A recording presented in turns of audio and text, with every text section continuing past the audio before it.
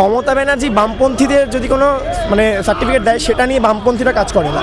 বামপন্থীরা প্রতিটা সময় খেটে খাওয়া মানুষের পক্ষে, ছাত্রদের পক্ষে, এই সমস্ত কিছুর পক্ষে বামপন্থীরা লড়ে গেছে এবং কথা বলে গেছে। যখন মমতা ব্যানার্জি এবং রাজ্য সরকার, তৃণমূল সরকার, মোদী সরকার সেটিং করে যখন বলছে যে ওরা খুঁটে খাক, তখন বামপন্থীরাই একমাত্র বলছে যে আমরা খুঁটে খাওয়ার পক্ষে না, আমরা খেটে খাওয়ার পক্ষে। এই সমস্ত কিছু দেখতে পাচ্ছি আজকে আমরা। স্কুলগুলো 8,207টা স্কুল রাজ্যে বন্ধ হয়েছে। বিভিন্ন সিলেবাসের বিভিন্ন টিচার পাওয়া যাচ্ছে না। এই বাংলা জুড়ে একটা দুর্নীতি চলছে, শিক্ষা দপ্তর থেকে শুরু করে, স্বাস্থ্য দপ্তর থেকে শুরু করে, এগুলো লড়াই করতে হবে, লড়াই চলছে। আজকের এই অভিযানটা, এই বিকাশ ভবন অভিযান কোনোভাবেই শুধুমাত্র ছাত্র সমাজের জন্য না, এটা গোটা মানুষের জন্য। একটা জেনারেশনকে যেমন অর্ধশিক্ষিত করে রেখে দিচ্ছে, সেই সময় দাঁড়িয়ে আমরা আমাদের হকের কথা বলতে যাচ্ছি এবং ব্রাত্য বসুকে শূন্য পাওয়া মার্কশিটটা দিয়ে আসবো। একেবারেই যার বিরুদ্ধে অভিযোগ আনছেন তিনি একজন বিখ্যাত শিল্পী, তারপরে তিনি শিক্ষামন্ত্রী, তারপরেও এত অভিযোগ। দেখুন, এটাই তো আমাদের সমস্যা।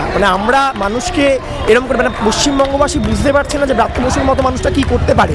একটা দুর্নীতির চারা দিয়েছে, দুর্নীতিটা পুরো ছেয়ে গেছে। এই সময় দাঁড়িয়ে এসএফআই ব্রাত্য বসু কেন, যেই থাকুক, তার বিরুদ্ধে কথা বলে এসছে এবং কথা বলবে।